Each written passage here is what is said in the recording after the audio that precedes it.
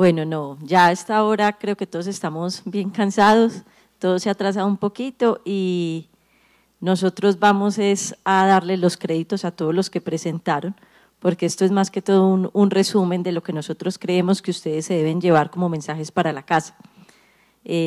Para los que no pudieron estar en alguna charla o al ser 2 salones pues compartidos. Nuevamente gracias a todos los organizadores y yo que hago parte de la Junta Directiva también gracias a ustedes por estar acá y que esperamos que estos espacios se sigan presentando ya de forma más frecuente. Bueno, entonces lo hicimos entre Ramiro y yo. Algunos mensajes es que ahora el estándar en mama es el hipofraccionamiento moderado. Nos lo habló la doctora con varios mensajes que nos pone y es que no hay diferencias en el control local, el control locorregional y la supervivencia libre de la enfermedad y supervivencia global. Se encuentra incluso menos efectos secundarios y no muchos cambios a nivel cosméticos, entonces para que tengamos en cuenta que ya ahora pues si tenemos los recursos y la posibilidad y la tecnología para hacerlo, pues estar haciendo hipofraccionamiento moderado. Se hablaba en Astro 15 fracciones de 2.67, pero también aparece ahí ya la cuña, que también nos lo habló ahora el doctor Ángel Montero, del ultra hipofraccionamiento en 5 fracciones, con pacientes pues más seleccionadas y solo pues hay radiación a la mama. En cuanto a radiocirugía de múltiples metástasis, el doctor Podbey nos concluye que es un tratamiento que reduce el deterioro cognitivo comparada con una radioterapia todo holoencéfalo, que se debe tener en cuenta estos pacientes si tienen una supervivencia estimada mayor de 3 a 4 meses, hay que hacerles pues escalas, evaluar por el grupo de dolor y paliativo. Si tenemos de 1 a 4 metástasis cerebrales, la radiocirugía estaría como primera opción. Si tenemos de 5 a 10 metástasis cerebrales, también se plantea como una opción, pero se debe evaluar en un contexto individual. Más de 10 metástasis, pues va a estar teniendo en cuenta el estado del paciente, el performance y también la tecnología pues que tengamos y la experiencia para hacer, porque ya sabemos que hay varios estudios que nos han hablado de más de 10 metástasis con radiocirugía. Importante también tener en cuenta que es en comités multidisciplinarios lo que deberíamos comentar estos pacientes para radiocirugía. También que la dosis de tratamiento y el fraccionamiento que vayamos a dar va a estar en función del tamaño de la lesión, el número de lesiones, el control local y lo que queremos buscar en ese paciente y la tecnología con la que contemos para hacer. Nos hablaba el doctor Podbedín de que podíamos tener lesiones de menos de 20, dar dosis entre 20 y 24 grays, de 20 a 30, una fracción única a 18 o hacer hipofraccionamiento 3-5 fracciones y lesiones de 30 a 40, o sea de mayor volumen, ya también más en hipofraccionamiento y no en terapia única. En cuanto a la reirradiación de gliomas de alto grado, que una charla pues muy interesante, tener en cuenta que ya la irradiación se ha pensado que es segura en tratamientos para gliomas, que se puede utilizar desde radioterapia fracción única o radioterapia convencional incluso, son opciones según lo que se tenga en el centro, pero se deben tener los pacientes muy seleccionados, desde pacientes jóvenes con bajo volumen de enfermedad y se ha planteado dosis en radioterapia convencional desde 36 grays a hipofraccionado 30 a 40 grays o en radiocirugía con dosis media de 15 a 18 grays. ¿Cuál es lo que nos preocupa de pronto? La tolerancia del cerebro a la reirradiación. Entonces, aquí es cuando uno piensa, cuando vamos a irradiar, es como la tabla Ouija, pues, ¿qué vamos a hacer? ¿Qué dosis vamos a hacer? Es la experiencia lo que vamos a ir adquiriendo, pero todavía pues se necesitan más estudios para nosotros saber y empezar a reirradiar, porque eso va a ser también el futuro de la radioterapia. Y en CBRT de páncreas nos traen como mensaje que no es necesario incluir toda la zona de los ganglios, ya que teniendo en cuenta que había con los nuevos esquemas de quimioterapia, pues no habría necesidad de incluirlos, pero pues faltan estudios.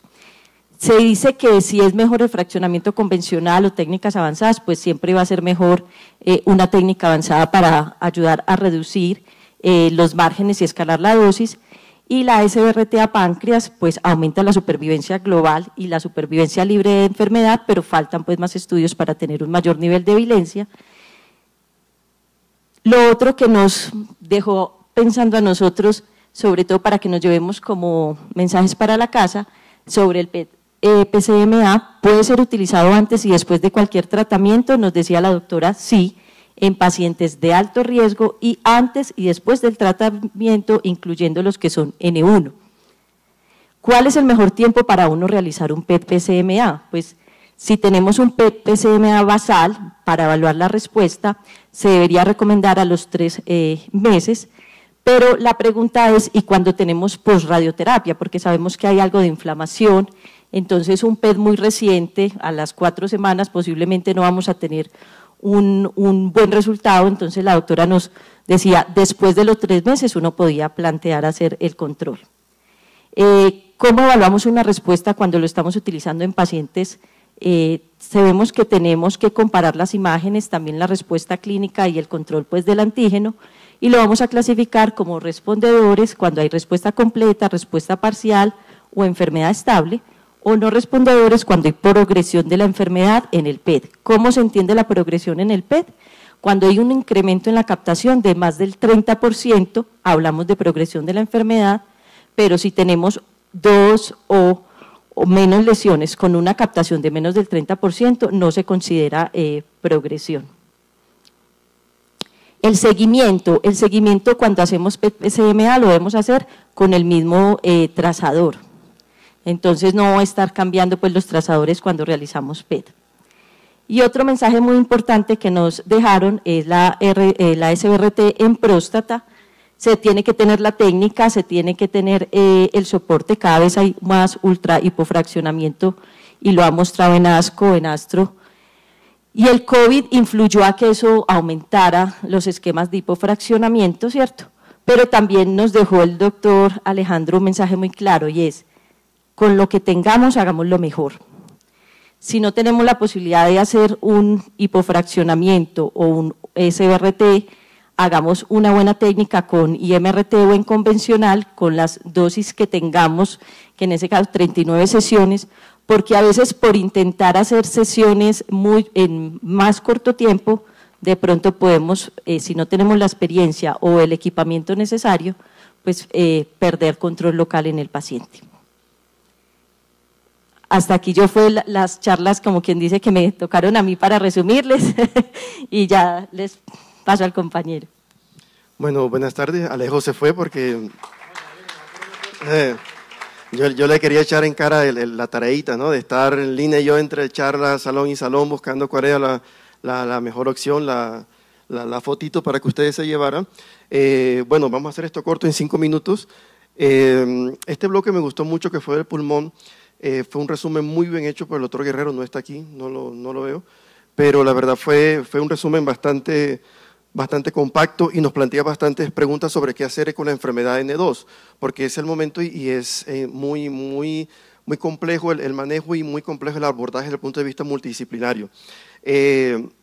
Esta es una de las tablas que de pronto más me llamó la atención, es como una especie de comparativa que hace entre el NADIN y el PACIFIC para buscar más o menos qué tipo de opciones terapéuticas tiene el paciente en el estadio más complejo del pulmón, que es el estadio 3, donde digamos no hay estudios como el PACIFIC donde la quimio y la radioterapia pues tienen bastante impacto en la sobrevida, pero que nosotros como oncólogos radioterápicos no tenemos mucho acceso al manejo de esos pacientes.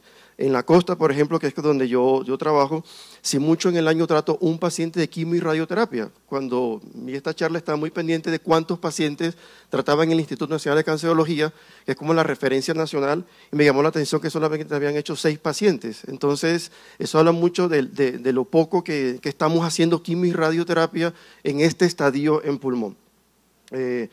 Entre las conclusiones que saca esta interesante charla de Eduardo, pues están como como de pelearnos, ¿no?, por ese tipo de pacientes que en los comités de tumores no nos llegan. De hecho, creo que hay veces donde hacen la junta cirujanos de tórax, oncólogos clínicos y radioterapia no está por allí, o cuando está por allí está callado. Entonces, la charla de la doctora también Laura Bernard sobre la gran heterogeneidad que tiene el estadio 3, que es donde nosotros podemos tener un gran impacto a la hora de control local, sobrevida, comparada con la opción quirúrgica en estos casos, ¿vale? También un poquito de toda digamos, la inmunogenicidad que hay entre quimio y radioterapia, ¿no?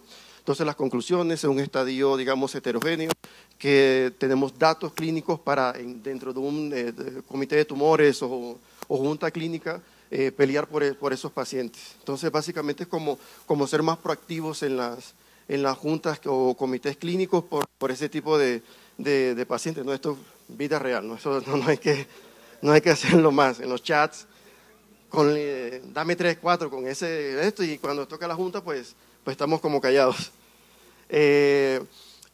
Vamos con la charla del doctor Ovidio Hernando, que fue la charla de SBRT en pulmón, porque estoy en el bloque de pulmón. Esta parte que es súper interesante y es el seguimiento de los pacientes con que hacen SBRT, ¿no?, que confunden mucho. Yo creo que eso hay que sentarse y hablarlo con los radiólogos de pulmón. Ojalá Colombia tenga como esa parte, ¿no?, de su especialidad de especialistas, radiólogos solamente en pulmón, oncólogos radioterápicos solamente en pulmón, cosas por el estilo, para nosotros comenzar a atender cosas como puntuales en ese dato. Entonces, en esa parte, ¿no?, que de hecho hay unas guías clínicas sobre seguimiento en pacientes que hacen SBRT del doctor David Palma, que es importante que de pronto nosotros socializarlo, las personas que hacen SBRT de pulmón, con los radiólogos en sus diferentes clínicas, ¿no? Y esas son como las conclusiones del doctor Hernando para la SBRT factible, la SBRT, de hecho incluso nos comentó casos puntuales de carcinoma de células pequeñas donde la SBRT puede tener un impacto en la sobrevida de esos pacientes, ¿no? Entonces seguimos buscando esta parte del futuro que tiene la radioterapia en nuestra especialidad. Esta charla, la del doctor Javier Cifuentes, me llamó mucho la atención por 2 razones. Uno, el impacto que ha tenido en su práctica local el manejo con altas dosis de radioterapia en cáncer de piel y su charla en sí. Yo creo que fue de las más aplaudidas del evento por la forma en que refresca, ¿no? Nosotros creo que estamos como acostumbrados al dato HR, todo esto, y llega un momento en que cuando comienzas a presentar una charla con esas imágenes, llega que el público se estresa un poco, ¿no?, porque es como más interactiva y más de esta especialidad, porque nuestra especialidad nos enseñan desde el efecto secundario. Nosotros comenzamos desde el primer año la radioterapia es más efecto, y no hacemos énfasis en la parte de la curación que hacemos en radioterapia. Y lo manejó muy bien. Entre otras cosas, me pareció como muy contradictorio en que él le echaba mucho a los cirujanos, pero su charla está hecha como la haría un cirujano, mostrando el resultado. Y nosotros no mostramos resultados en radioterapia, sino que eso me llamó mucho la atención y por eso la traje a colación en esta parte. 2 charlas excelentes, me gustó mucho esa parte donde hubo esa confrontación. Me hubiera gustado como más peleita ahí, como para que fuera un poco más de esto, entre esto y la que se le ocurrió este enfrentamiento, excelente. Por ahí creo que es la cosa, de poner a 2 especialistas, 2 personas dedicadas, el doctor Holman, el doctor Iván Ríos, que a hablarnos un poco y a ver cuál de los 2 nos convence de cómo es esto.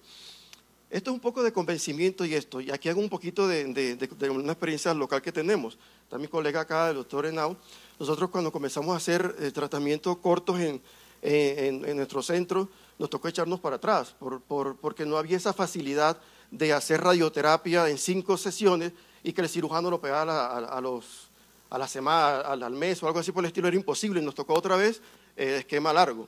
Pero fue por algo de logística nuestra. Pero yo creo que entre otras cosas, la indicación, cuando esté indicado, cuando sea posible en su centro, yo pues depende con el doctor Iván Ríos, pero yo me quedo con el esquema corto y creo que compro la charla del doctor Holman Ballestero. En ese sentido, las 2 muy buenas, y yo creo que faltaría otra más de pelvis en próstata, versus a ver cómo nos va y a ver cómo dividimos el grupo. el curso largo, el curso rectal. Yo creo que una de las charlas o de los overview más fuertes, como dicen los españoles, pedazo de charla, fue la del doctor Forman en Flash. Yo creo que hasta ahí pude entender lo que era la tasa de dosis en Flash. Creo que antes no lo había entendido mucho.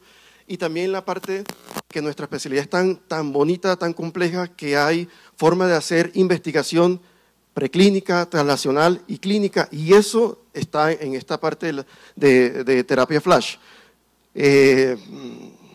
Todos los pros que tiene la terapia Flash, y básicamente nos puntualizó en la parte de radioterapia intraoperatoria, que es donde pronto más utilidad clínica a corto plazo pueda tener la terapia Flash en estos momentos, y el doctor Pormans está dedicado casi que en exclusiva a investigación y al desarrollo de máquinas para poder tratar pacientes con terapia Flash.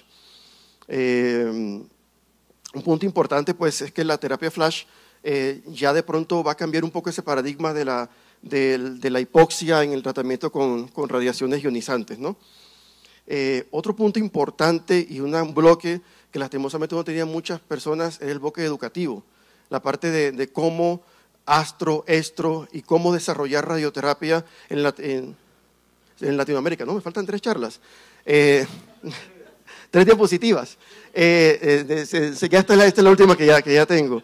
El doctor Fabio Moraes, yo creería que es el latinoamericano que más publica en radioterapia, si no es el primero es el segundo, junto con Gustavo Nader, más o menos así. Tenemos aquí como a varios pop o futuros pop, porque el doctor Fabio, creo que en 5 o 6 años lo será.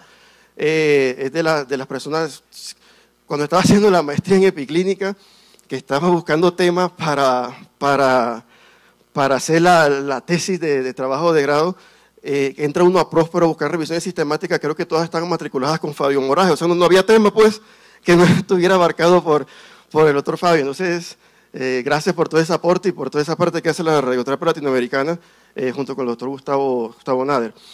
Él decía que la radioterapia, la forma de enseñar la radioterapia en los pensos es muy variopinta, es decir, es supremamente diferente a cómo se forma en Brasil, cómo se forma en Colombia, cómo se forma en Chile, cómo se forma en otros países, y eso se debe de homogeneizar, y esa charla fue bastante interesante. De hecho, basada en un libro que nos mostró aquí un poquito, da como una hoja de ruta para poder desarrollar un penso mucho más homogéneo. Estro tiene muchas posibilidades, digamos, de opción.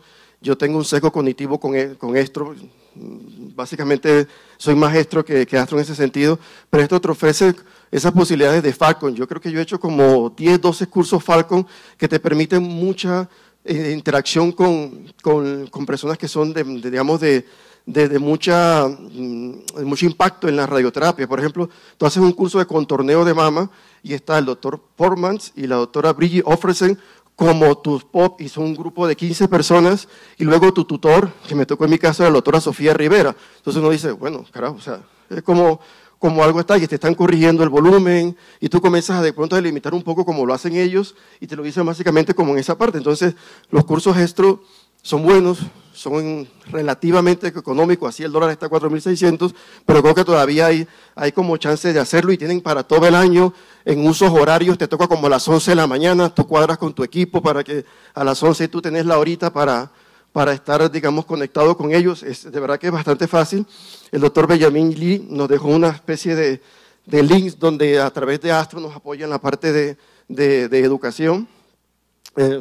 Hay bastantes para tener. Yo uso mucho estos dos porque la verdad es que son muy fáciles y lo puedes descargar en la aplicación. Me gustó mucho esta parte del doctor Porman, de cómo se veía los especialistas en oncología radioterápica en los años 80, más como cirujanos, así como un poco hacía mucha braqui, era como muy manual, como nos explicaba él en esa sesión. Como en el 95 eran más la medicina interna, ¿vale? Y él le preocupa qué va a pasar, el 2010 más o menos parecido, y él le preocupa un poco lo que vaya a pasar para el 2025, que nos vamos a volver demasiado tecnológicos y vamos a dejar la clínica un poco de lado. Esta fue de ahoritica, después está como recién salida del horno un poco la parte de cómo debe ser adaptar la radioterapia en nuestro momento. Y bueno, inteligencia artificial, ahí sí me excusan un poco la presentación, me tocó foto y ponerla allí.